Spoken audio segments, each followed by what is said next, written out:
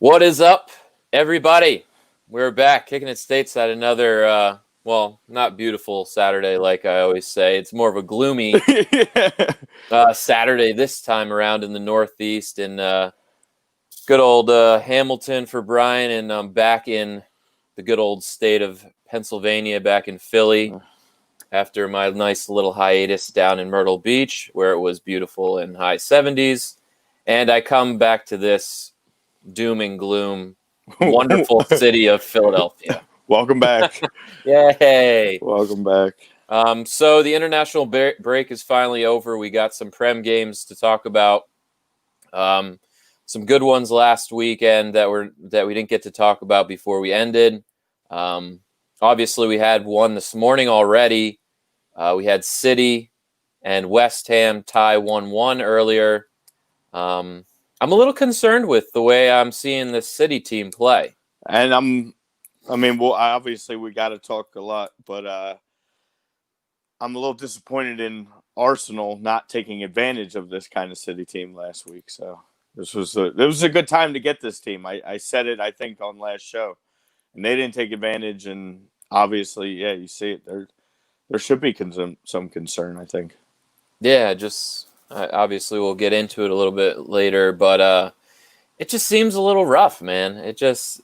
Their final third was not there today. You saw Sterling's touches were just heavy every time. He probably should have scored twice late if he made, a nice touch, but instead he had two super heavy touches, which allowed Fabianski to kind of get out there and make the saves.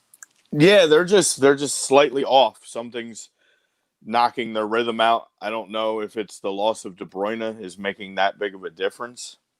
I mean, obviously when you're getting service from a guy like that, it is going to make a difference in how everybody plays, but I don't know. I think there was issues before he went out anyway. Yeah, man, it's brutal. It's brutal for them, but we got a game going on as we speak right now. We got Palace and Fulham. I believe it's still 1-0 to Palace. The last time I checked again. Thank you, Greg. VAR. That's a great segue into the poll question, actually. Quick while we're at it.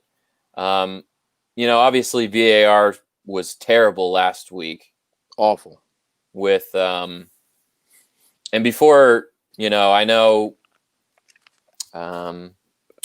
Lord Walker is going to come at me, at some point today saying, oh, well, look at that challenge that, Pickford had on Van Dijk, which now Van Dijk's going to miss some serious time with a torn ACL.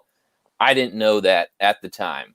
So, yeah, my apologies. I didn't know the severity, but it was an unfortunate challenge, and we'll, I'm sure, get into that at some point today as well.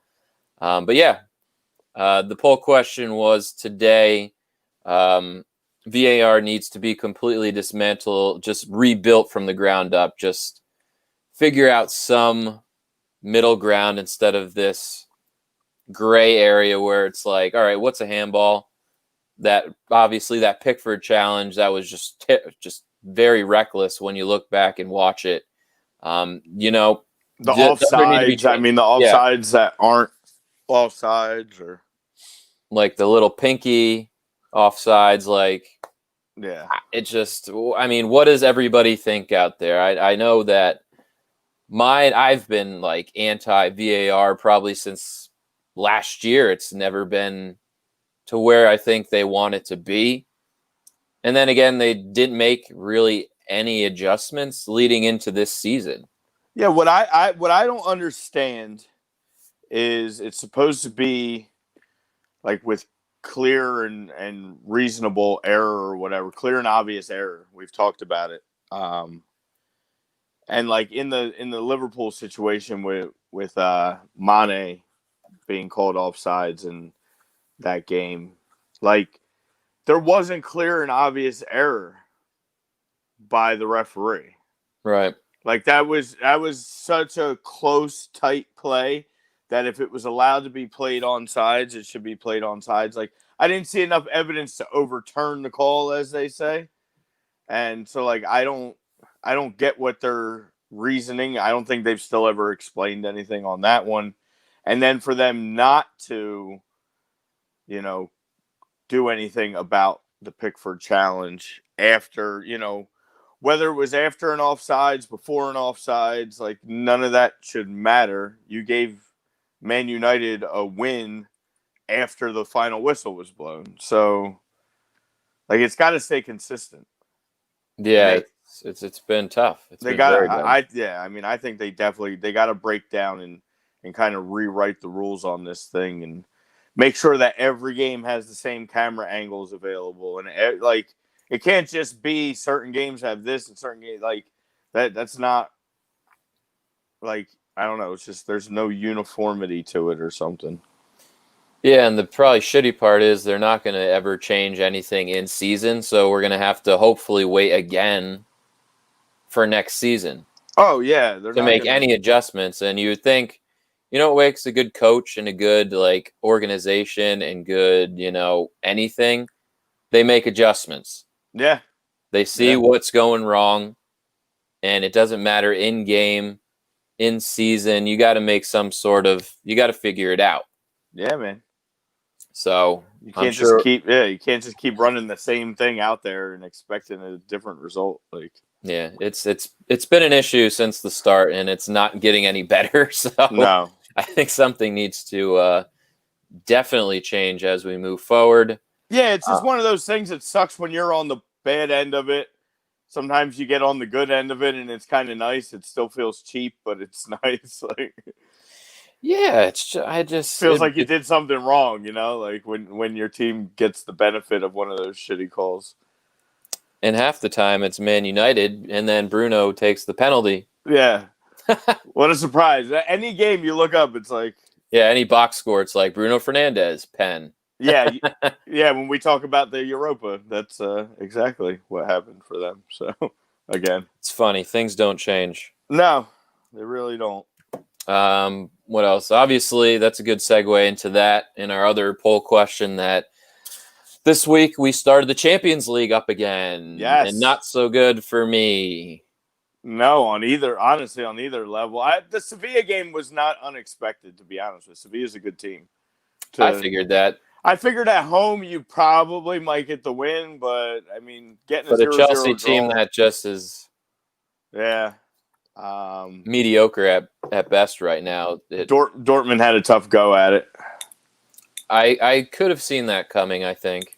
Lazio's been pretty solid. I mean, I knew Chiro was probably going to score against us. That's just... Yeah, so you knew that was coming. And he did, of course. And he did. Yeah, the slow defending, I can't... Mats Hummels is just not who he was. No, I mean 4 years ago, 5 years ago. He's getting up there, man. He's played a lot of games between the German team and Bayern fleeced us on that one. Oh yeah, like, you want him back? It'll be a nice nostalgia move. And like, yeah, thanks. Yeah, 40 million for an aging defender. Fleeced. And we'll give you 25 for one of your best young players.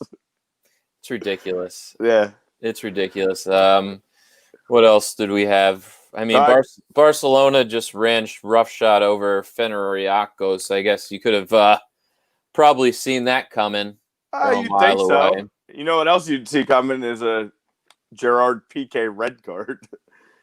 Talk about aging slow defenders. Yeah. He's been tough the last few years. Yeah, so he'll be out for the next game for them. At least one, I think. A little bit of a shock. I know we talked about last week some of the main highlighted games of this Champions League. PSG, Man United goes into Paris and gets the win. Again, they won. They get a PK in their favor. Again, they take advantage of it. Bruno puts it home, as you stated earlier, and PSG just could get nothing going. It doesn't make any sense. It was an own goal essentially by Martial that they even got on the scoreboard. So you would think with that star power at home, you would have been able to come up with a little bit more. I don't think Man U's defense is like that in form right now. We've seen them struggle this year in the Prem. So, but I mean, guys like Wan-Bissaka, they stepped up in big moments. Some people can. Yeah. Even Mr. Maguire. Yeah, his first real decent performance, I think, since his jail time. Yeah, he's maybe he's kind of shaking off the cobwebs a little bit. A little bit, it seems. He, at least in the league, he's looked like a little sketchy back there. Yeah. At least to start, I don't know. Again, I mean, it's like you don't want to make excuses for some of these teams that played so much since the restart in June, but the man has played a shit ton of games, plus his England sort of duty. Yeah. It's a lot. Yeah. But, they're not the only ones doing that. No. There's other guys with the same slate. Some guys can just... But you see these teams that have played a lot of matches since June, they're not doing so hot. Yeah, no, you're not wrong. And certain individual players, too. Mm-hmm. I guess it's easy when you're in form. It's harder when you're not, and then you're trying to find your form, and then you're jumping around between all kinds of different... Because a lot of times, too, in the different cups and stuff or different tournaments, you might be running different formations. Now you're in a different spot. Yeah. It's hard. It's not easy. Of course not. I mean, still. That's a perfect segue to give a shout-out to my boys. We had a tough Sunday last Sunday. It didn't go so well. No, but no, not at all. We'll leave the score line off the list, and we ended up we played a good game, and we got a game again tomorrow, so we should get a dub. We got some changes in the roster coming. So Monmouth Light, any of the guys watching, they watched. Some of them watched our last show. Nice. So, yeah. So just wanted to give them their weekly shout out as I promised. Get them on board. We gotta get this dub tomorrow. There's a nice mix of fans in there. There's a couple United fans on our team, and a couple Chelsea fans, a City fan, Arsenal fan. I got a fellow Gunner. So that's stick nice. Together. Yeah, we stick together. Eddie said, "Are you watching the El Clasico?" Dest is playing pretty good for his first start. Dest, first American to start in an El Clasico. Yeah, it was not his first start. He actually started in the Champions League game. It's his first start in an El Clasico. I guess that's what Eddie probably meant. But yeah, he did. I was going to mention that he started in the Barca game too, which was first American to start in El Clasico. Yeah, that's fantastic. Yeah, absolutely. I mean, dude, we said this kid's legit, bro. He made the decision to pick the U.S. over the Netherlands, and I think he made the right choice because if his trajectory goes upwards like we're all hoping, he could be a savior for our back line. Dude, if you have a guy like him playing out of the back, I'm telling you, him play on the right and let Anthony Robinson play on the left side. Yeah. Because Anthony Robinson, again, got the start for Fulham this morning. And Dest is flexible to do both. I know he's. If he can play on the right, I would play him on the right. Yeah, well, we've seen he can play. He played on the right for Ajax, so we know he can play on the right. And I would rather put him knowing what he can do on the right, and then leave the left for Robinson. That's fine. I'm okay with that too. Yeah. Actually, that is an excellent segue into our YouTube poll question, which was, are you worried? All you Real Madrid fans, are you worried that you're losing to Shakhtar and not exactly getting out to the strongest of starts in the league? You losing Bale. Obviously, he didn't play much at all. Does that really? You figure that would be a nice room. You figure that'd be a nice weight off your shoulders type thing. Yeah, he's great for that locker room. Yeah, that they should be playing stronger without him. Again, dude, they don't have aging defenders. Yeah, they don't seem to have a form and I got a couple Madrid fans as well, some of the guys on the team, and we were talking. And I don't know, man. Like Varane tried to lose a bunch of weight, it looks like, and gain some speed, but like he lost all his physicality and his toughness. Like he doesn't scare me anymore. Like I would run right at him now. Like he used to have that little more physique. I don't know. Something doesn't look right with him. He looked sketchy. Tebow looks like, I don't know, bro. Like those weren't hard shots. Like you know what I mean? Like I know. You figure at least one of them he gets a hand on. They weren't like complete rockets. They weren't free. They were like a lot of like kind of ground ball, low shots that you figure a world class goaltender gets. You would think so. But what's up with your team and just like having these guys? And I feel like you guys ruin them. Yeah, I know. You ruined Kepa. Nah, I think Kepa was ruined long before you paid him. But that's we're where goalies go to die, yes. I suppose, in the last few years. I was just doing that because I know obviously Eddie's watching since his comment, so I figure why not throw a shot at Chelsea goalkeeping. Yeah, and Julio, it's a great day. Oh, Julio's here too. Yeah, definitely a good day to throw shots at Chelsea goalkeeping. We got all the Chelsea lads checking in. Yeah. No Kepa slander. I feel like I'm allowed to do any Kepa slander. Not that he was bad for Chelsea. He actually was pretty good. I never checked my my fantasy lineup this week. I did put in for Mendy and to drop Pickford. I don't know if I got him. I saw none of you Chelsea guys had picked him up yet. So I like how everybody tried to get Michael Keane and it got denied. And then I was the only one that I was able to pick him up. Yeah. For whatever reason. You were, I guess, higher on the waivers. I guess. Yeah. Because Soinchu got a muscle injury for Turkey, and all of a sudden he's out till January. Oh, yeah. There's a lot of guys, if you're watching, try to fix your lineups a little bit. I know this year's kind of weird and tough, and it's hard, but I try to set mine. I know everybody's trying to. It's difficult. I get it. If you got a guy out, like, I want to keep Van Dijk, but we don't have a bench, so I had to drop Van Dijk. Yeah, he's going to be out for a while. There's certain injuries. I mean, if it's a few months, you might have to move on.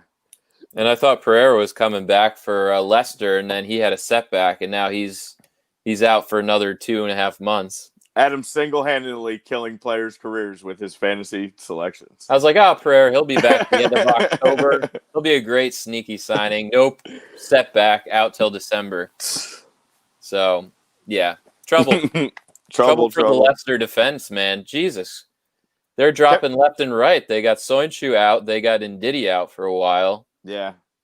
Yeah, they're gonna be in trouble, man. They're gonna have some issues. I know they did win their Europa game, but competition was light. So competition was light. Yeah, to put it lightly. Yes, and light competition, and Arsenal still struggled. So I don't know.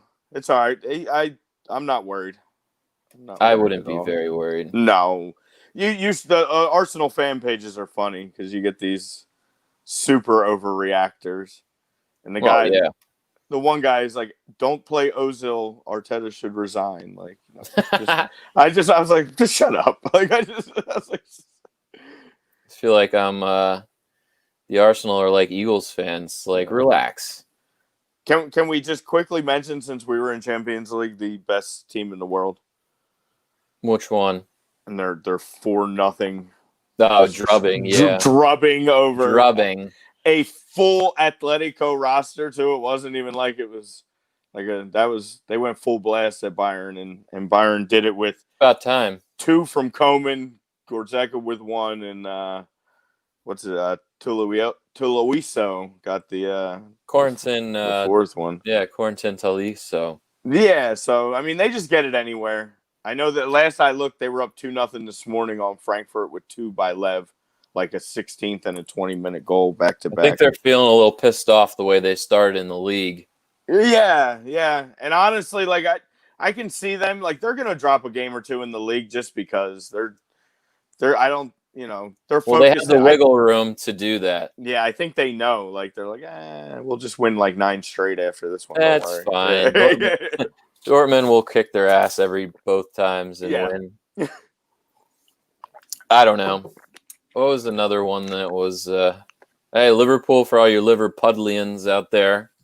Nice 1-0 win against Ajax on an own goal by Nico Tagliafico. Yeah. Go to Amsterdam, get a win. Way to go. City, And 3-1 win over Porto. Yeah, that was notable. I mean, you figure that's going to happen. I was actually surprised Gladbach drew Inter at Inter. Yeah, how about it? That was a big draw for them early in the table. So yeah, there was some good games. The Atalanta team just keeps on scoring goals. Yeah. How about that? I mean, they're just that team again. Is just... your poor Midtjylland. We're up against the buzzsaw. That was always going to be. Yeah, I mean, bro, they are just such a good team when it comes to Champions League too. Eddie thinks Bayern's going right back. I don't disagree. I don't disagree. Unfortunately. Yeah, who scored for Atalanta? Zapata, Alejandro Gomez, Muriel. Like they just same guys. They just find ways to. They're not like good squad. Yeah, they're just so overlooked, but they're like a top 16, top 8 like team in the world a lot of times. They remind me of the 2013 Dortmund side where they can put up like 5-6 goals a game. Yeah. Like a lot of young, good players that not too many people like talk about, or maybe their teams in general aren't talked about. But man, they're fun to watch and can score at will. Oh yeah, they're the one team in that league that kind of changes the mold of that typical Italian soccer where you sit back and like they'll just come at you and punch you in the mouth. They don't care. Mr. Daly, what's up, Brian? How are you? Olympiacos got a win. Who else did anything? Oh, Leipzig. Good old Man City send-off. Angelino scores 2 for Red Bull Leipzig in their victory. Man, he's really thriving in Germany, isn't he? Yeah, he's seeming to love it there. He's seeming to love it. He's seeming to love it. Yeah, I mean, shit. All these champions, Juve, of course. Alvaro Morata. You got to expect them to beat poor Dynamo Kiev. What a nice addition, though, for them. Somebody to take a little pressure off Cristiano. Is he still on the shelf with COVID? Yeah, I think he's back on again or something. Pretty sure. Did he get it? I saw McKinney tested negative yesterday. Good. So he needs one more negative test, I think, so he can play. He's got to stop hanging out with. Ronaldo's taking him around Turin. Oh man, giving him that grand tour. Jeez. Yeah. Hey, that wouldn't be a bad guy to hang out with, though. Get all the residual kills. Oh, all the girls that are on Ronaldo's. He's like, I can't do it anymore. All for you. This is He's like, you know who I have? This is my American friend. I have my young American rich friend here. Yeah. He's got to be cleaning up.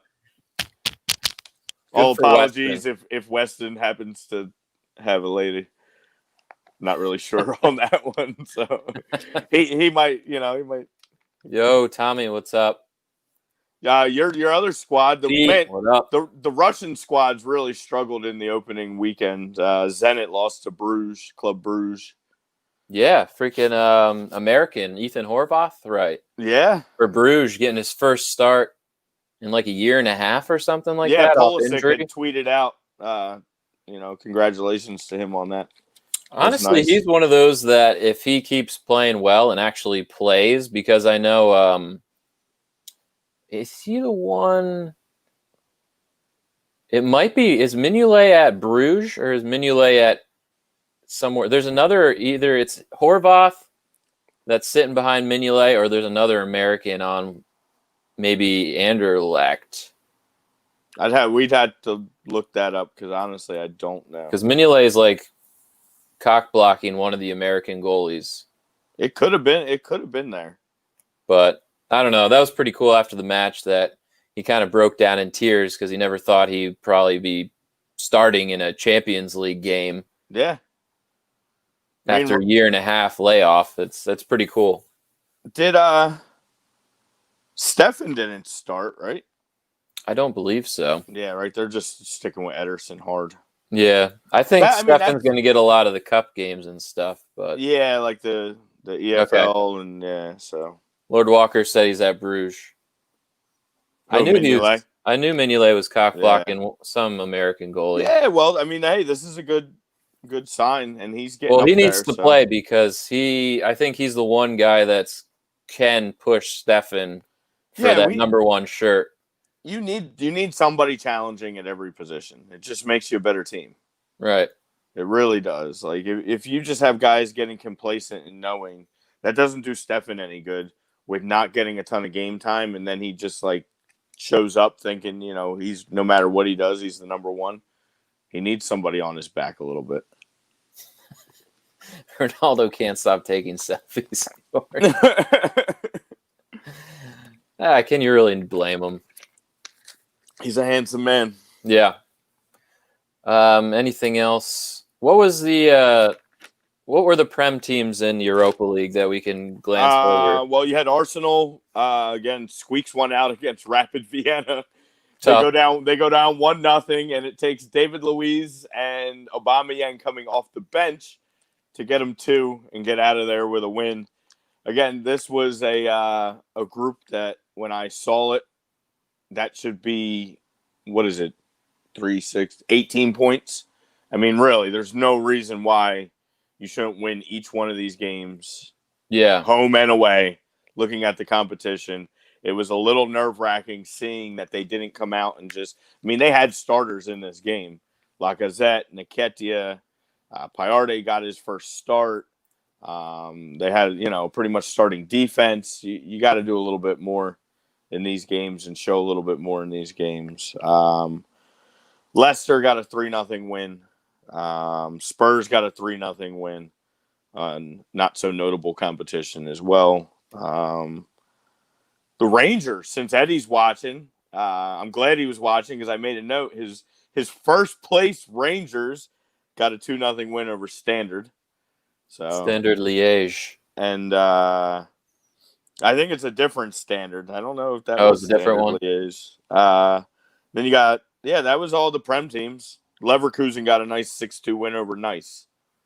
Nice. Yeah, nice. And Roma. Come on. Nice for all you Frenchmen out there. Ready? This is the one chance we get to say it. Roma ran roughshod on Young Boys. They beat the Young Boys. They just beat down those Young Boys. What?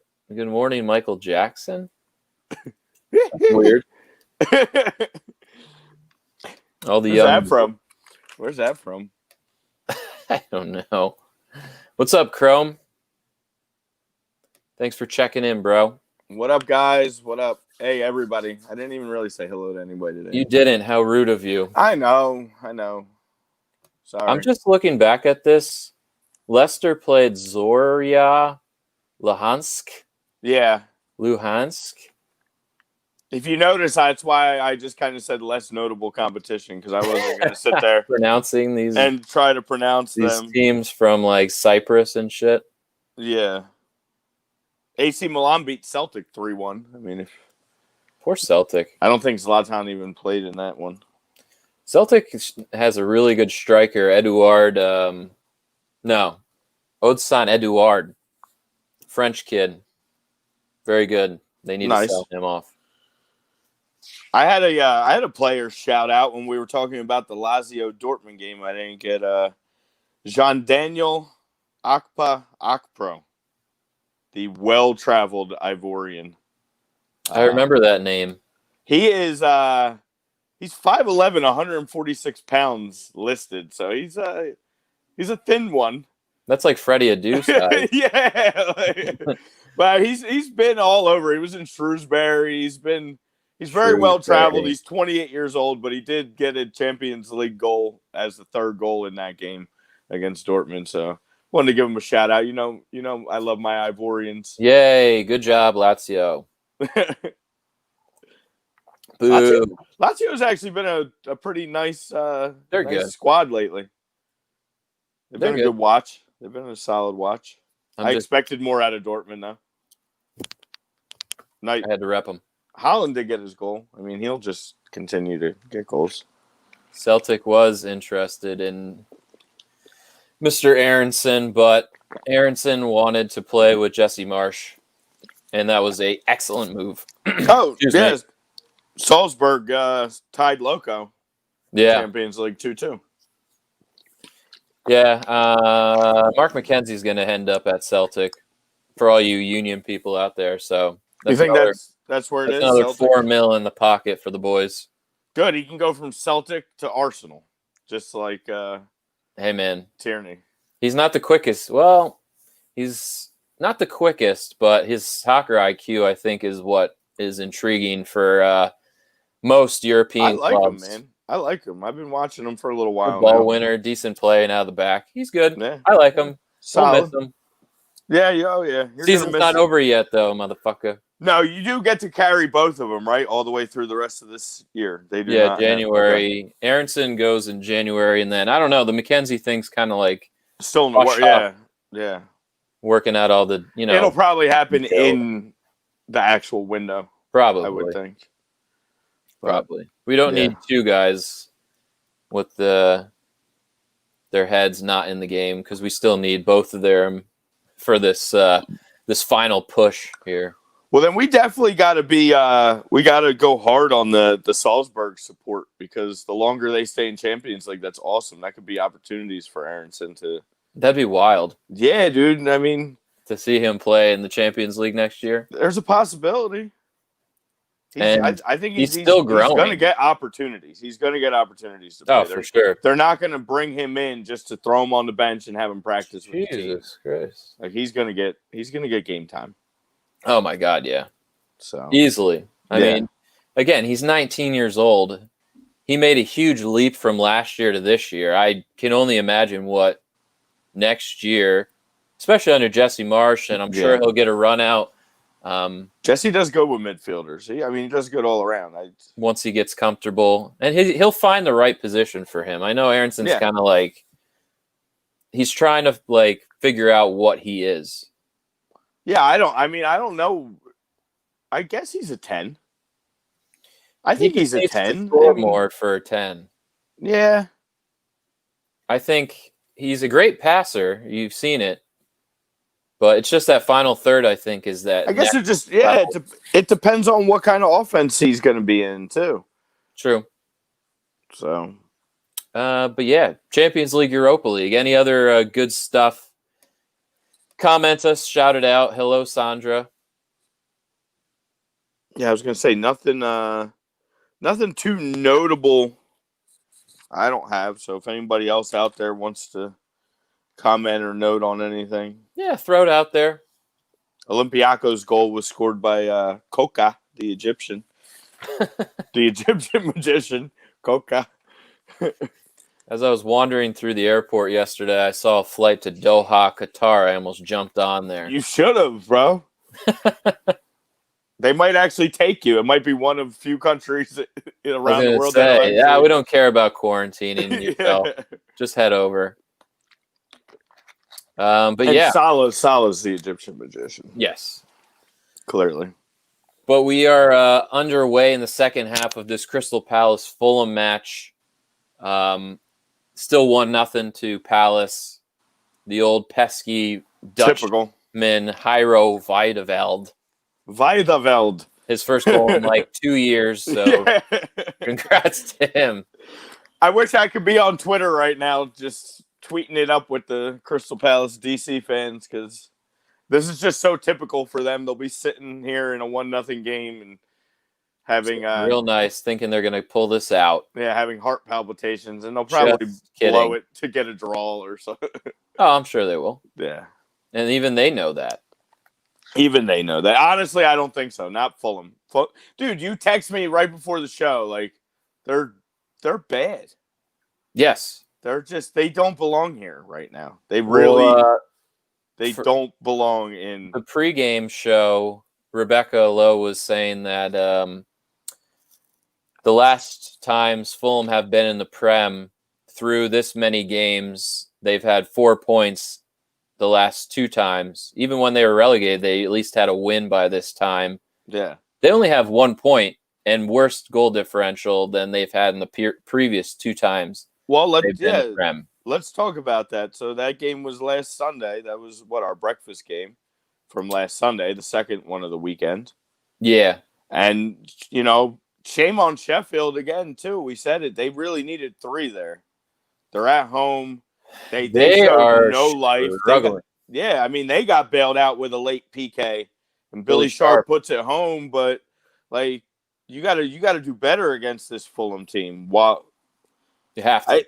Sheffield, and you've said it. You've said it a bunch of times. They're one of those teams that's really hurting from not having fans in the stands. Oh, it's killing them right now. Because they run on that energy. They run on that.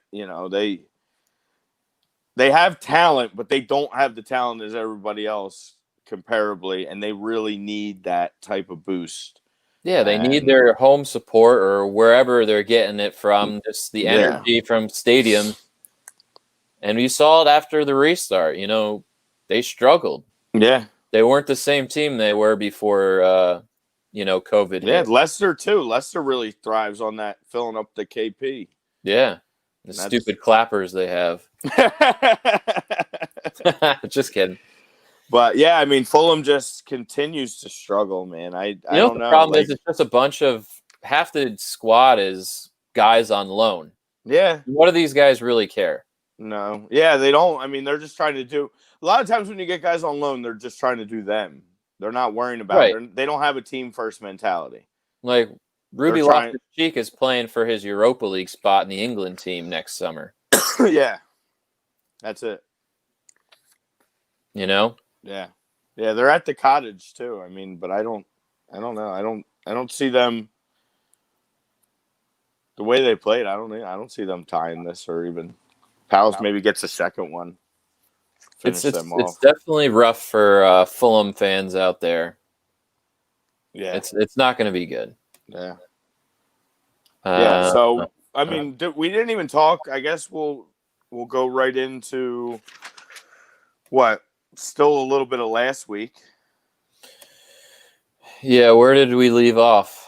Well, basically when we left the show, the Chelsea game was over. So City played Arsenal. It was an underwhelming game, to be honest. Again, like I said in the beginning of the show, Arsenal's got to do better. They're playing a City team that's been kind of struggling. I know they were home, but you got to. I was a little shocked by the scoreline. Yeah, to be honest. They had opportunities. They definitely had opportunities. That's a game most people wouldn't have picked 1-0. I don't think. You figure you see a few goals, maybe a 3-2 type game or something like that with these two teams, but. Well, that's why I'm saying City can't figure it out. They're stuck in this neutral gear. Yeah. Where it's almost like a lid is on the goal. 2 goals in 2 games. That's not a City team a scoreline you usually see City have. No. On a team that can put up 4 goals at least. Actually, isn't that 3-3? Because didn't they draw Leeds the week before? That's true. So that's literally they're averaging 1 a clip in their last 3. And that's not good enough. And that's why they're in 11. With 2 points. Yeah, they're sitting in 11th. I texted you that yesterday. I'm like, Can you imagine this league? In the beginning of the season, we would have said Everton and Villa and Leeds are top 3. Yeah. I know Leeds does have the extra game played as of right now compared to some of the other teams, but still, that's crazy. I would have never paid enough money to be that's definitely going to happen. Yeah. Yeah, not looking at some of these other teams and where they're at, too. You got a United team that had a tremendous bounce back after the restart and got themselves all the way up into Champions League. and they're sitting 15th in the table. I know they only have 4 played compared to other teams that have 5 or 6. Yeah. But they'll play their 5th today. But still, you don't expect to see things like that. It's mind-blowing that this is where we're at. Yeah. So, talking about United, they did end up winning 4-1. They had one of their good games this past Saturday. A good game. Maguire scored, and then, typical Bruno again late. Wan-Bissaka, Rashford just piling it on kind of. Newcastle kind of quit at the end of the game, it looked like, and they're such like a hit or miss team. Yeah. They're either really, really, really good, or they just are really, really bad. They're one of those teams that if you bet, you'd want to stay away from every time Newcastle steps on the pitch. You don't know what Newcastle team you're going to see. Yeah. It's not. You can't take any bet with them. Good, bad, or in between. So, like if they feel like playing, they play really well. If they're not all on the same and not everything's clicking, it almost seems like they give up. I think you see a coaching change sooner than later, possibly, if they no more Stevie. I don't know if they continue to have this kind of like roller coaster of emotion. Yeah. We'll see. We'll see with them. Bring back Rafa. Yeah. The weirdest. Such a weird team. I bet that would be their hire too. Like, that's just one of those teams again. Like, a lot of people don't realize that's one of those.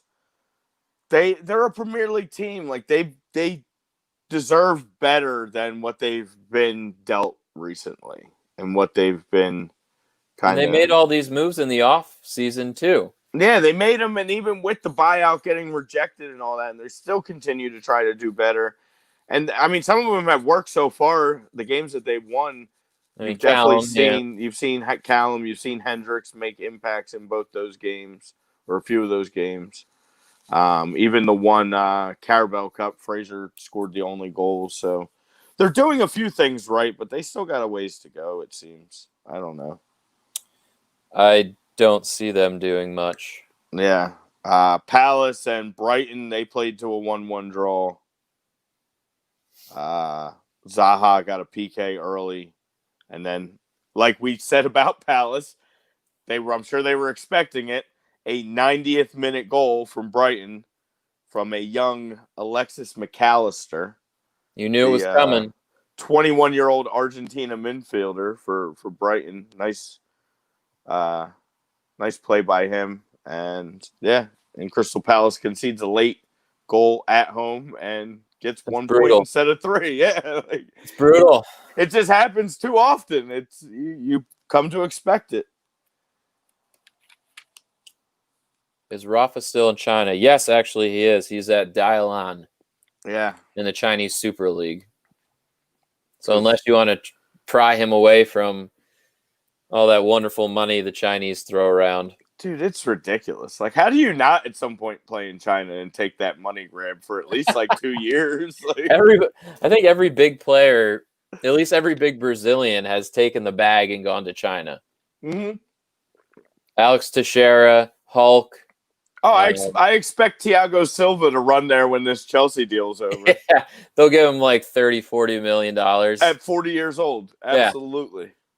Every year your age is, that's what you get.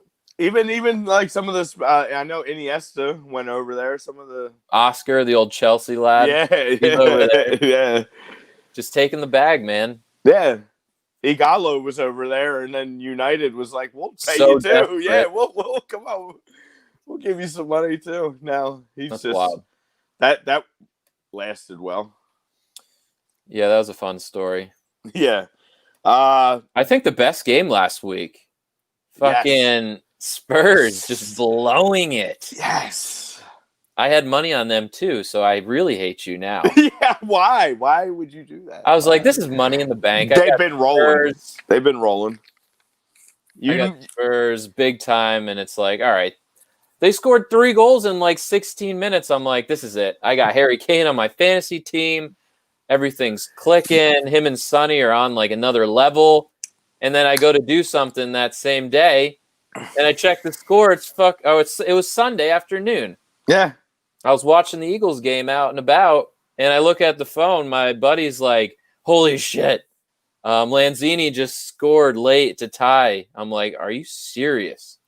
Yeah. Yeah. Balbuena, and then an own goal, and then Lanzini. Lanzini with an absolute pipe. So, like, this is. And Harry Winks got bodied by whoever that was. Nice pick by whoever that was. For all the casual fans, these are the games that you have to understand why we love this game and why we hate this game. Because when it's your team, it's so gut-wrenching. When it's when it's your team on the West Ham end of it, it's like it's fabulous. It's exhausting. It's the best tie you'll ever experience in your life. Like, you don't understand like how that change of emotion just really takes over your body. That was just unreal. Yeah.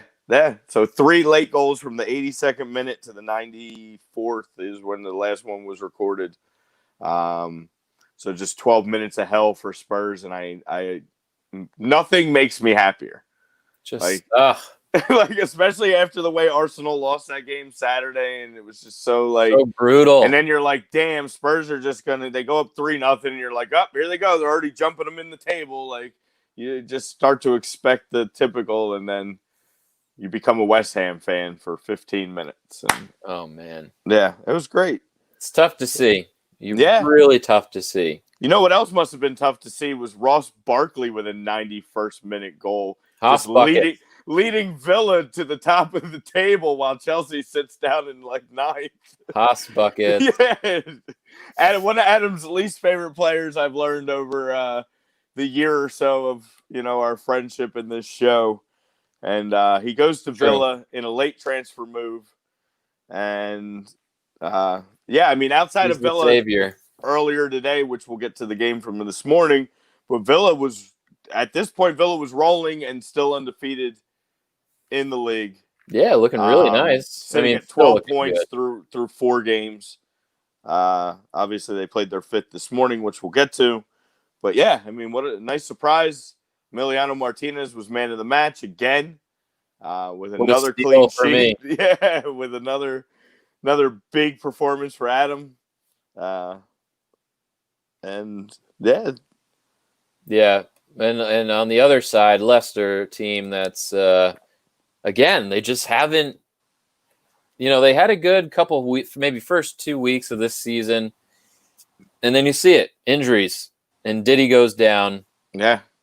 Now Shoinshu was out, like I said. Obviously, Pereira had a setback, like I said. They're missing Chilwell.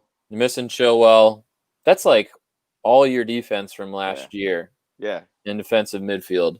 Castagne has been good, but he's been good.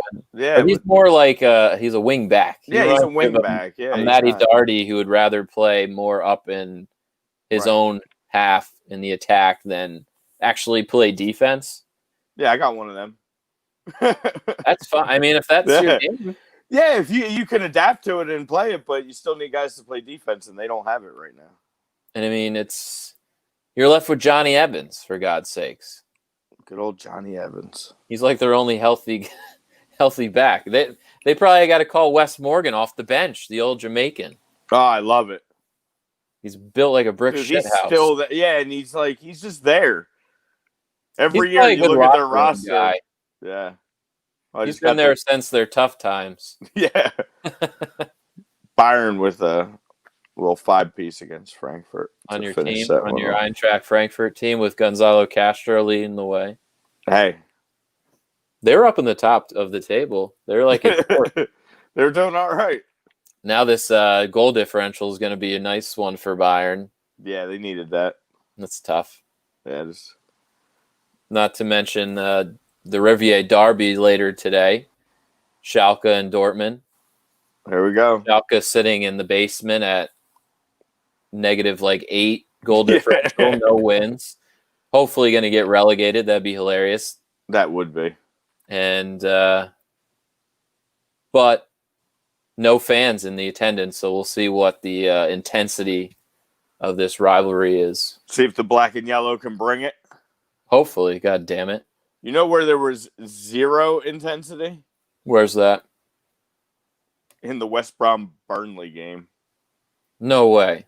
That 0-0. Oh, Sean Boring. Dyche, come on. Dude, he's got to do better. He's in relegation zone. He's. I don't want him to go. Dude, I don't want him to go. I mean, they're the only other team that had only played 4 going into this weekend. So, don't hit the panic button yet. They're a bad team, though. But it's -5 with 1 point, man. You got to do better. They're a bad team. Yeah, that was their first point of the year in a 0-0 draw with West Brom. They don't have anybody to score goals. My boy, maybe I should drop him for my fantasy team because that was his kick in the ass last year. Oh, you're Woody? Yeah. Yeah. Once I dropped Chris Wood last year, he started scoring goals. So maybe I should do Burnley, that. Bro. You got to drop him. I'll pick him up. All right. No, I don't. I can. I got my three rotational strikers. Ollie Watkins and Callum Wilson and I'll keep him. And Che Adams. I can't take him over Che Adams. Che's been playing well lately. Maybe. It looks like unless alert.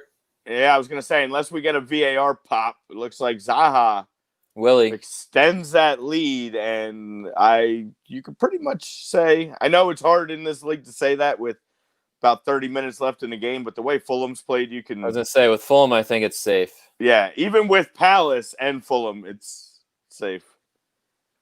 Yeah. Yeah, that's 2-0 for Palace here in the 65th minute. And looks like Palace could coast home. I guess the last game of last week was Leeds and Wolves. And this is actually the first game Leeds really didn't show up offensively this year. They ended up taking a 1-0 loss. They played well. I think good enough for at least a point. Yeah, but a great shot by Jimenez gets a deflection off Callum Phillips, the CDM, longtime CDM for Leeds, and unfortunately for Leeds, they do lose 1-0. But Wolves really needed that. Yeah, we talked about them needing 3 points there, big. So that was a little confidence booster. And they just need to see the ball go in the net. They need something.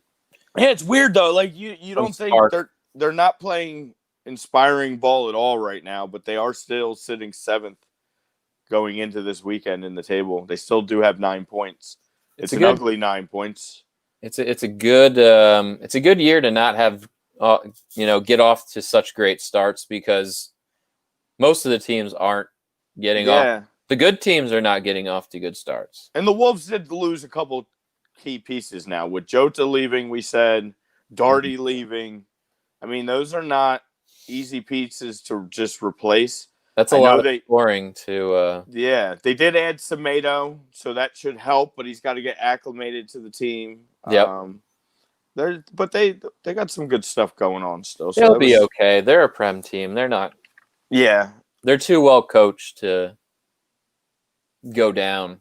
Yeah. So that was the end of last week. Yeah, all that craziness. And it seemed to start even yesterday. I would have never saw, predicted Leeds to kick Villa's ass like that. On the road, Patrick Bamford with a hat trick. Look at that. A true hat trick. He's saying, he's shoving that up Chelsea's hoop right now. I haven't ran the numbers, but I'm pretty sure that puts him at least in the top 5 for the Golden Boot. Is that 5 or 6 for him? Early. That's got to be. It's at least 5. I should have checked it before we came on. Unfortunately, I don't have the means yet. This is his big audition, man. He do it in the Prem. He's done it for a lot of teams in the Championship. He's been loaned out, I think, like 8 years in a row. Poor guy. But he's doing his thing. Yeah. I'm happy for him. He's not quite a Chelsea player. I think he's a good fit for, like a mid-table side. Yeah. get them to score some goals. But yeah, I mean, again, Leeds, I think, like we always said, and we predicted in the beginning of the season that they would probably finish the best out of Fulham and West Brom. Oh yeah, I mean Just now on paper and the coach, and now we're seeing it kind of come to form. And a little bit, not to say Villa, again, half these guys are playing a lot of football. Yeah. And now they got the pressure of being in the top 3, which they never had before. Yeah. You got to factor that into in a little bit. So yeah, they just got caught off guard this week in a game. I guess their confidence is probably maybe a little too boosted. So they got a little ahead of themselves, but they still got one in the bag. That was only their 5th game, so everybody else played 6 for the most part after this week, other than the other few we noted. So they still have a game in hand, and they're sitting with 12 points. So I don't think they're overly concerned with that performance. No. I mean, they're still sitting pretty. Again, they got that game in hand, like you said. Yeah.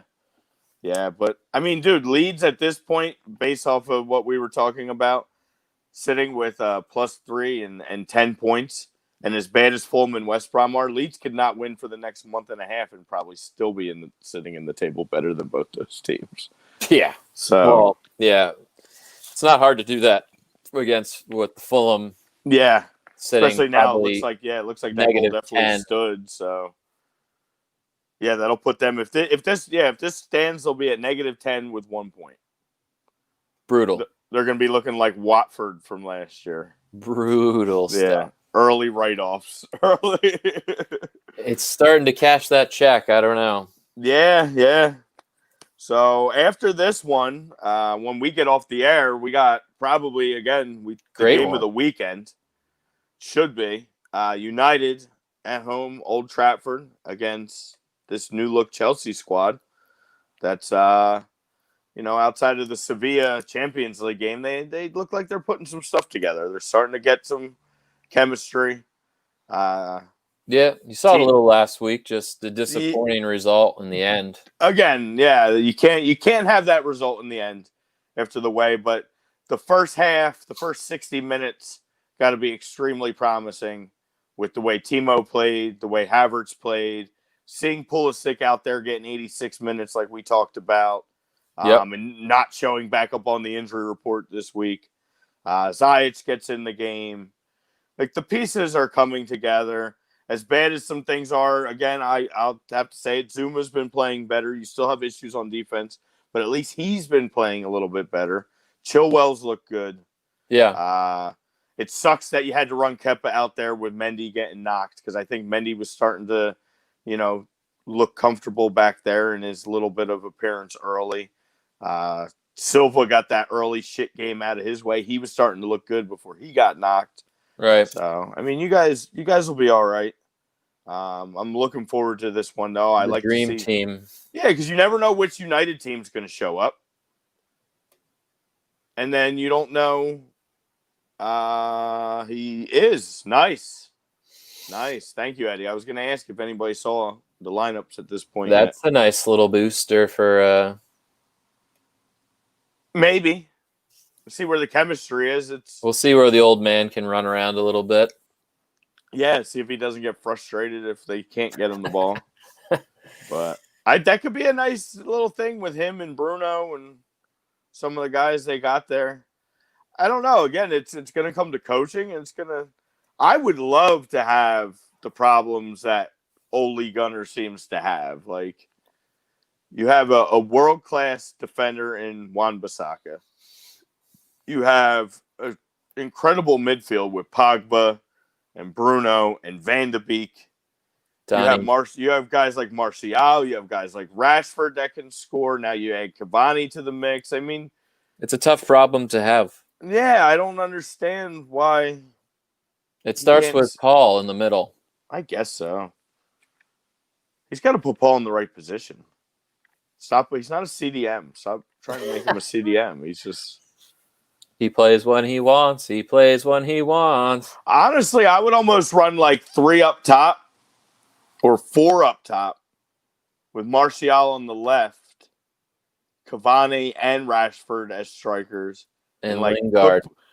No. Well, hey, Jesse Lingard could play a right wing and do his little elf dance at you. His little.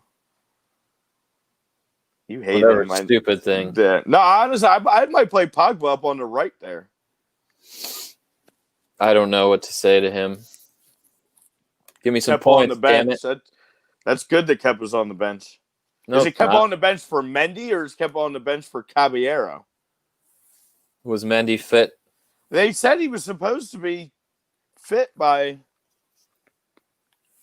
As long as Kepa's not in the 18 or in the starting 11, I'm fine. Yeah, I mean, you got to carry a backup keeper. I don't know. I'd rather have one of the field players put on the kit, the goalie kit. Yeah. Ask Jorginho to do it. He does it all. Yeah, Mendy is starting. Thank you.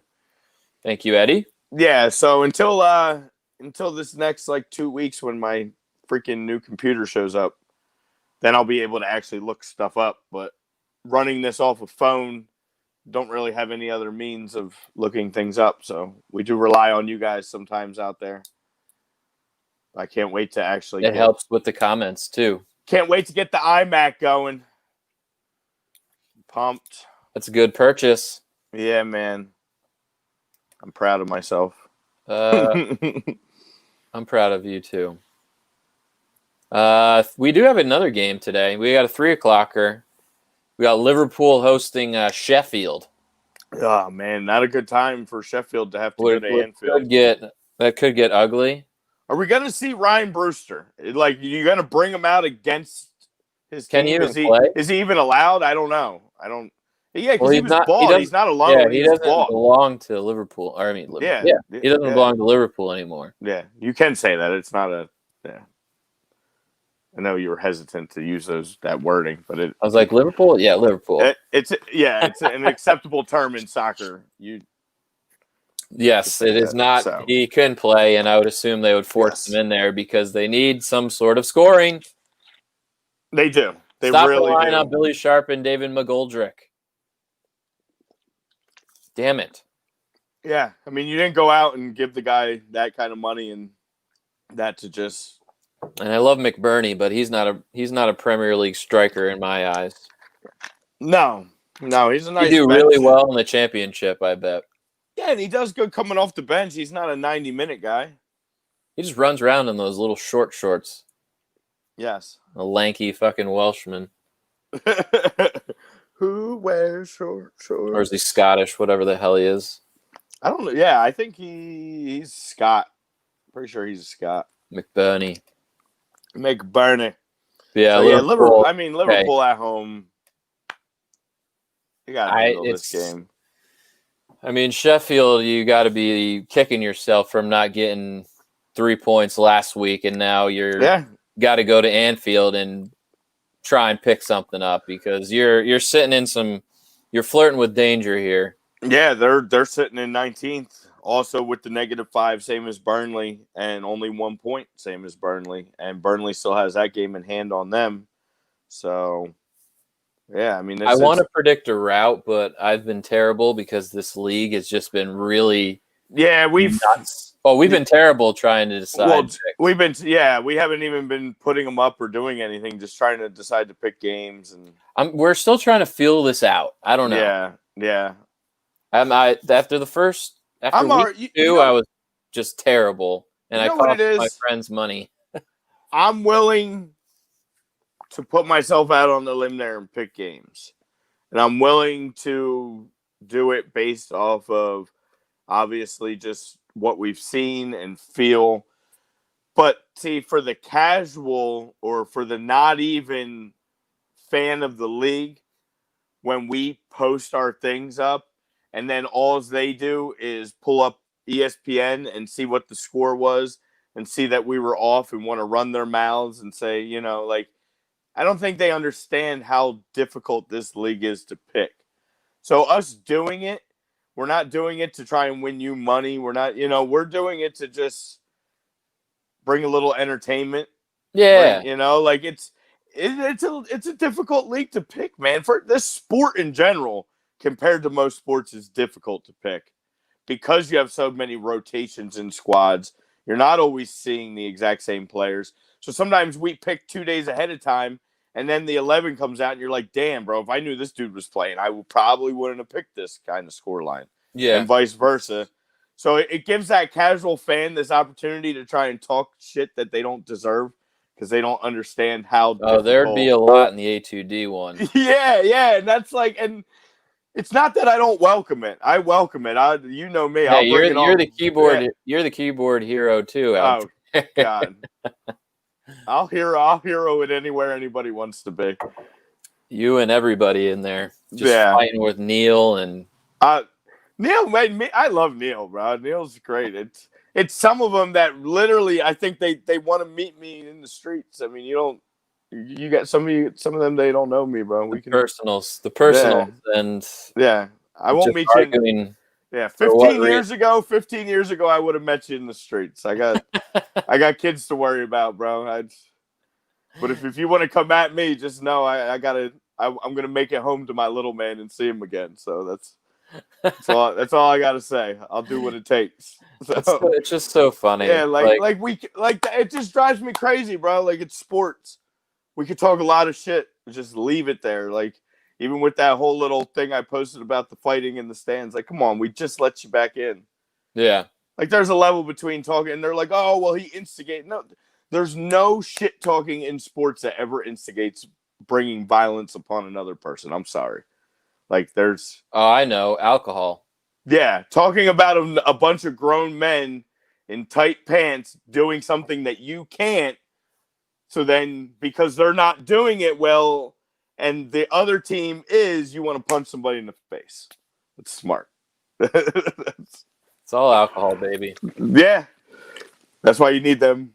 It's the devil burners. That's why you need juice. Yeah.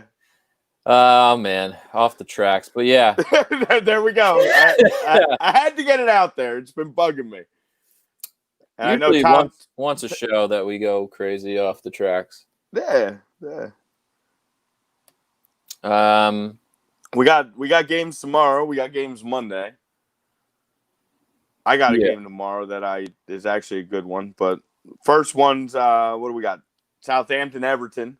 Yep. So chance for Everton to bounce back after kind of, I would say, disappointing. I mean, they got lucky and were at least got that point out of the Merseyside derby. Probably not a very deserved one after looking back at it. But Southampton hasn't been exactly a pushover, though. They've been fighting. They haven't. They're 7 points, only -1 in the goal differential. So they're not letting you kill them. They're going to give you a fight, and they're home. So they've been competitive. Yeah. Got to watch out for Danny Ings always. You know that. I mean, if you want to take money on somebody to score, it's usually him because he's keeping this Southampton team like afloat. Yeah. If you're prop betting a goal scorer, he's a safe one. And you goddamn sneak. You probably, I mean, this is one of those little games you could do a little parlay. You could put in a Calvert-Lewin goal, put in a Danny Ings goal, and then probably Everton to cover whatever the line is. I still think Everton probably takes this game, and maybe like a 3-1 type game if we're gonna just get off talking about making picks. Yeah, I mean, if we're seeing the Everton that we've seen to start this season, they've been putting some goals together. Yeah, they just need to not concede. Yeah. They've been better. They've been well on defense outside of the Liverpool game. Yeah, that's true. I mean, they're +7. I think Keane's been playing well. He's got like 2 goals already, I think. Yeah. He was the hot commodity in the fantasy transaction league. So he's mine. He's all yours. He's mine. Now, here comes the injury and Everton falling to 9th in the table. Yeah. That's why I don't play fantasy football. Bad news for everybody else. Yeah, I had a bad coaching move last week. Took my first L. Taking the L. But yeah, who else? We got Wolves and Newcastle at 12:30. Wolves and Newcastle, yep. That'll be from the Molineux. That'll be one to watch on the phone while the other sport's on. Yeah, that should be a decent one. I'll be able to get to that one after my team's game. I'll miss the first game. I'll have to record that one. So again, we don't know what to expect. It looks like Wolves is starting to come around again after early struggles. They're at Again, home. what Newcastle team are you going to see out there? Yeah. Are they going to lay Goal down once Jimenez puts one in the net and Yeah. they get routed 4-0, or do they get the first goal and get a little bit of confidence? We see the same Maxime, dribbling around looking like a chicken with his head cut off. Yeah, they are one of those teams that I feel like they need to get on top early to get confidence. Yeah, once they're down, they're just like all of a sudden heads go down and just the confidence is gone. And they're a team that needs to bounce out in front early. So for Wolves, if you want to get them, get that first one, because good things usually happen when you get up on top of Newcastle. Yeah, I'd like to see something out of Traore for the Wolves. I feel like he finally in the international break he gets his Spain debut. I don't know if it's a lot of pressure coming his way now, and there's a lot on his shoulders and being linked to big clubs. And I think a lot. I think everything you just mentioned probably. I mean, getting called up, you gotta make plays more now that Jota again, and you had Matty Doherty on your side last year, bombing down the wings that maybe could help you out. Yeah. Now you're pretty much there on your own. I mean, and he hasn't really started that. I mean, he's came on as a sub, I feel like, half the games. Yeah. So I don't know if it's just giving him a little bit of rest or using him more in a super sub role, because they've been starting Ruben Neves and Podence. Yeah. Half the time. Yeah, they got to come up with something. And I mean, I trust Espirito. He seems to figure out the best to get the best out of his guys. He's in training watching him, so I don't. Yeah, and like we said, they got some pieces that they've added that quite haven't got up to speed yet, I'm sure. So as that continues and he gets them kind of acclimated into the lineup, I see them making a little run like they usually do. They'll go on a couple game win streak and get themselves at least in a comfortable spot in the table. So they're just a 7-8 team. They're always going to be in that. Yeah, I mean, maybe a big home win again this week and get some 12 points and just keeps them right up in that table, depending on what everybody else does this weekend. So that's how the league is always has. I mean, last year too. I mean, you saw the top 4 or 5 teams. I thought Chelsea had a really down season, but they still finished 4th. Yeah. And there's a lot of teams that were behind them that they had 6-8 points on. Yeah, it's crazy. It's a very top heavy, I thought, last year. And again, one of those where a lot of draws and one win can bounce you right up into that top 8 or top 6. Well, the nice thing is it's between the success in the Champions League games, the success in the Europa League games, and the diversity in the table of the league, it just further supports what we've been saying and why we do this and why we chose Champions League out of everything. Premier League out of everything to be our main focus of the show. Obviously, we talk about the game in general, but it's mostly Prem because it is the best. It's the best league in the world. It really is. You don't, even when it's top heavy, there's still diversity in other spots. And then, new seasons start and those top heavy teams might prevail later in the season, but you get a lot of teams fighting early for position. And at any given Saturday, Sunday, Monday, Friday, anybody can take off anybody, and it's kind of awesome to see that. Parity is what we like. Yeah. There's a lot of parity in this league. It's a good thing this season. Yeah, it's another one of those. We said last year was a great season to kind of start doing what we've been doing with this show, and there was a lot of excitement and a lot of unpredictability, and then we got hit with all the COVID stuff, and that's a first, and we really got to see what a lot of teams were about coming off of that. So it's pretty awesome I love the fact that we do cover this league more than Yeah, anything else. that's why it's the best. And then speaking of, we get the Arsenal Leicester game. Yeah, a strange one tomorrow night Yeah, or afternoon, I guess. Yeah, night there, Yeah. 3:15, under the lights at the Emirates. So I don't know. I don't know what to tell anybody on this one because Arsenal's still working things out and figuring things out. I trust Arteta.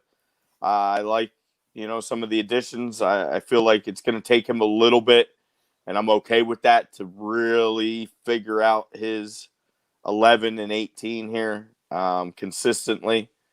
And then I think that's a nice Arsenal win. I hope so. It should be at home. Leicester hasn't been so well. You mentioned their defensive problems. But Arsenal's got to be able to come out and score the ball. And they have to continue to play good, smart defense as well because Leicester can score. And Jamie Vardy seems to get pumped up. Here. Yeah, he gets pumped up when he plays, a lot of different the bigger clubs. He seems to come through and perform. So you need him big time, man. Yeah, but the 3 points here are monstrous for Arsenal. It would be a really big deal for them to kind of jump back up and stay afloat in that top 4 conversation early in this season. They, outside of 2 losses to Liverpool and Man City, both on the road and both close games, Arsenal hasn't lost another game. So, right. These are the other ones you have to win. You have to take these games at home. You got to get points, regardless of whatever the situation might be. Say good teams get it done at home. Good teams get it done at home. Yeah, I preach that with my team. You got to get points at home regardless. You don't even want to get a draw. You want to get 3. Worst case, you take a draw. But no matter what, you got to leave your home games with at least 1 point. So I expect a good game out of Arsenal, and I'll leave it at that. I do too. I think they win. I think Leicester, their injuries are just going to be an issue for them in the back. Yeah. It's going to be tough. I think it's going to be a struggle for Leicester the rest of the way because Ndidi is a workhorse. He's your stopper. He's out. Again, like I said, Soyuncu's done. He had a fantastic season last year. Yeah. And then Pereira is still recovering from that injury. It's not the same Leicester defense that we've seen, be so successful. They got to plug some guys in and hope for the best. Arsenal needs to attack that then. Take the blueprint from some of these games that you've seen Leicester give up a lot of goals and just run with that. And then what do we got? Monday we got a little Monday football. Yeah, I don't ever want to put it down. I'm always trying to promote this league, but the UK daylight savings is actually a week before us. Yes. So they will fall back next week, or tomorrow. Yeah. Yeah, tomorrow. Today they're already back. So you already see the time, the time differences in the tomorrow. scheduling. I'm sorry, tomorrow. Tomorrow, yeah. Tomorrow the UK fall back, so it's 1:30 and then 4 on Monday instead of the usual 3:00, 12. Yeah, it's strange on our time difference for the UK. Not to confuse everybody out there because it still doesn't matter really. Yeah. And, what can we say about both games? You got Brighton and West Brom. I guess, again, it's a good chance for Brighton. They started off with they get 3 points early this season, and now they're still sitting at 4. They've been unable to do too much since that. Typical Brighton squad, just getting draws. Yeah, they're only -2 in the goal differential, so they're not getting killed by anybody, but they're not. This has like 1-1 written all over it. It does. If you're Brighton in your home, this is another one you got to hope for 3 here. You really got to push for 3 in this game against a West Brom team that's just not that great. Yeah, with them right on your heels, but if you're in the bottom, and you're playing another team down there with you, these are the games that are like 6-pointers. Because you distance yourself from that bottom 3. But if you lose, you're just losing ground on the other teams. Yeah. That you're fighting basically with to stay up. So these are the games that are big because the lower teams, you got to get the 3 points here because you're probably not going to get 3 points against your big dogs. Right. Got to take them. So this is big for both teams and again, typical Brighton, I'm sure they get a draw because that's pretty much what Graham Potter's done since he's been at Brighton. Leave 2 points on the table at home. Yeah. Speaking of, I don't know why I just thought about this, kind of really going on a sidetrack. So, Nottingham Forest fired their manager and hired Chris Hughton. Nice. The old Brighton coach. And they actually won 2 games. They need it because they were in really, really tough shape to start. Yeah, they were bad. But they were down with Sheffield Wednesday, who started with like negative 12 or negative 8, whatever points. They're at negative, I think, 5 or 4. Yeah, they're climbing out. I bet they don't even get relegated. I mean, it doesn't matter because Wickham is 0-6 with like a negative 12 goal differential. Yeah, the beast. The beast can't. The first year they're up in the championship, they're going to go right back down to League One.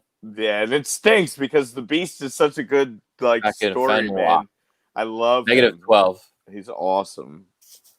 Yeah, poor Sheffield Wednesday, but no. Yeah, but they'll climb their way out of there. Don't worry. For sure. Man City should have started with the same problem. So yeah, it's funny how that works when you grease the pockets. Yeah, so quick El Clasico update. It looks like based off of my team's group text, looks like Modric scored and Real's on top. A la Madrid. So yeah, I actually got that from Moises, my number 10. He's a big Madrid guy, and my captain Leslie, he's a Madrid guy. So love it. Yeah, I was talking some junk to him this week, but on practice. But and then the last one for actually score update too. Score alert. Fulham does get a goal. They are down 2-1 in the 90th minute, so they're trying to make a game of this. Looks like Tom Kearney. No, it looks like he was offsides. Oh no, it's getting called. They're not even going to get that. It's getting brought back. Oh, it's great. And Fulham did receive a red card. Abakar Kamara got sent off. Oh, Kamara got sent off. So they're playing. Not only are they going to get this goal called back, most likely now too, and they were man down. Fulham is in big trouble. Oh no, goal does stand now. Oh, okay. I guess they probably just feel bad for him. He's like, I'm about to blow this final whistle anyway. 2-1. Can Fulham get a late somehow? Man down. They already get one a man down. Can they get 2 a man down to salvage a point? If I'm a Palace DC fan, I'm jumping out the window if they tie this game. Yeah. That's tough. And Palace Atlanta also follow us on Twitter. So hey, ATL. Yeah, we got a whole little Crystal Palace thing going here. You have a very nice airport.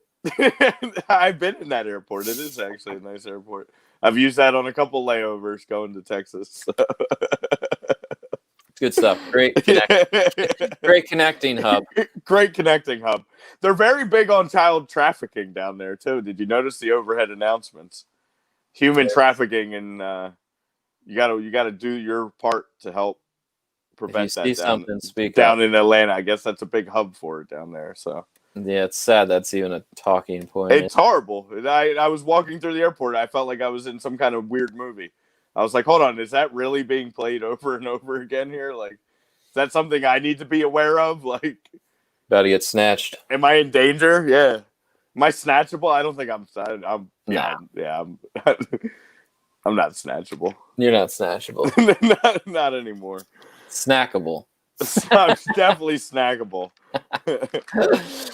Oh my God! But yeah. And so the Monday evening game gives us Burnley and Tottenham. Burnley and Tottenham. Burnley at home would be a great time for us Spurs haters alike to see Burnley get their head out of their you know what and get a home win. But I don't know. Spurs Spurs have been lose playing this, good. they'll go. The Spurs fans will be calling for Mourinho's head. Yeah, they have been playing better. You gotta give credit where credit's due. I mean, Harry Kane and Sonny have just been lighting the world on fire. Let's see if Bale brings any addition to it or becomes a distraction. He didn't look that bad coming on. No, he looked okay coming on. He had a decent attempt. That's a formidable front with him in there. I think he'll start eventually once he gets. I believe he did start in the Europa game, if I'm not mistaken. And I mean, he didn't get up on the score sheet, but he was involved in that game. So again, he's barely been playing. So I mean, it's going to take time for him to get back into that match fitness. Yeah. So we did get a final. Palace does hold on. 2-1. 2-1 victory. So 3 points for Palace would put them up to 10 for the moment.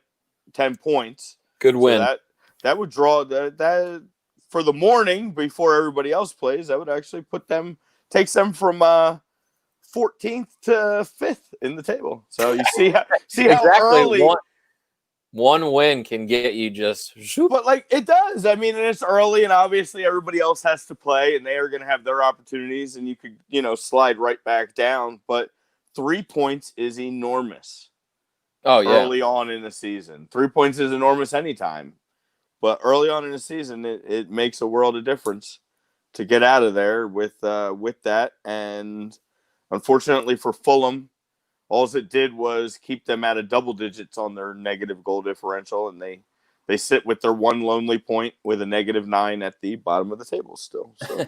Something positive to take away. Your goal differential isn't -10. Yes, that's your one positive, and that you did get that goal with 10 men. So that shows me that somebody was out there fighting hard. They're still fighting for Scotty Parker. They're still fighting for Scotty Parker, and they're going to continue to fight. I'm not sure Parker. how long he's going to last. But yeah, I mean, I don't know. If you're Fulham, I don't think you. Who's better out there? What he did exactly, and what he did to get you there. You can't use this season to – I mean, I think you make a major mistake if you just run him out of town because you're struggling in a league. He also took over a shit team. Yeah, like they probably – a shitty situation for a first-time coach. I'm going to be honest. I think Brentford was the better team all year, and Brentford should have won that game. They did get lucky. Brentford just has this historically bad – They choke. Yeah, they choke in every opportunity they get to the Prem. Joe Bryan had the best game of his life. Yeah, and Joe Bryan has a game of his life, and unfortunately, like Brentford's having another good year this year, and they'll be in the talks to come up again this year, and we'll see what they can do. But really, I think Fulham just honestly didn't really belong here, and they got that last lucky spot into the league, and it's showing. I mean, it is what it is. You can't hide that. It's been a glaring issue. Again, every time they come up into the league, they just concede way too much, and they don't have the quality. Well, a lot of times it's that third team that gets in off that playoff run that shows you, they got hot maybe at the right time. That's what it always is. Most of the times they show their ugly head as soon as they come right up into the Prem. They just can't do enough to stick. Brentford lost to Stoke today 3-2. Well, there you go. They just lost their best player. Yeah. To West Ham. They did. West Ham ain't scared to make some moves, man. Watch out. They need to. Yeah, did David Moyes coach that game from his couch again? That 1-1. No, he was in the technical area. Damn it. Ruining our theory that West Ham is better with David Moyes on his couch. Speaking of a team that just carries a certain player that carries a team on its back, Mikel Antonio. Yeah. Just doing it. How many goals has he had since the restart? It's got to be in double digits. 12, 13? It's got to be in double digits. Because he had 8 and 8, right? When the restart happened. Yeah. And he's at least had 3 or 4 already this season. Yeah, didn't he have? I'm pretty sure he had a hat this year already. Does he? And he scored a pretty nice goal this morning. Yeah. He's quite the player, man. He's feeling himself. He's one of them guys. He's like Vardy, just coming on a little later in age, and as some of these younger kids are coming up, he's like, you know what? I'm just gonna man these dudes up and just literally. It shows that confidence goes a long way. I know in any sport, but especially in this. Yeah, and for a striker, you got to see the ball go in the net. Once that happens, that builds that confidence. And once you score 8 and 8, I mean, you're like, shit, I can do anything out there. I could play with some of these best guys. Yeah, I agree. He deserves an English cap. The tough part is for England at that position right now, you got Calvert-Lewin playing out of his freaking mind. It's tough to get. You got Harry Kane that's always going to, draw his eyes. And Sterling. You got Danny Ings who's stealing, Yeah, and then you got, you got all kinds of guys that are kind of blocking you, but he still deserves it. All these good attacking players. It's tough for England. Jackie Grealish you can throw in there. Yeah, I mean, they're more going to be on the wings, him and Sterling, but in that true striker role that Antonio seems to strive in. Well, HK is not giving that up. And I think, I don't know. Watch out for DCL. DCL might just take that whole job. Yeah. I called it last season. I knew. I'm like, this guy's got the stuff. He's got the goods. What's up, Joey? You're joining us at the end, man. Yeah. Yeah, we haven't gone to the 2 hours yet. We're planning to start the 2 hours in November, I believe Adam and I discussed. So, yeah, that's kind of a good announcement. In November starting, we talked to the boss man. He said we're all good to go. So we're gonna do. I guess we just have to figure out a time whether we're gonna do a 10 to 12, which would start us pretty much take us through that whole first game, or go 10:30 to 12:30, which I guess will give us time to react. Yeah, and take us up to the start of the 12:30 game.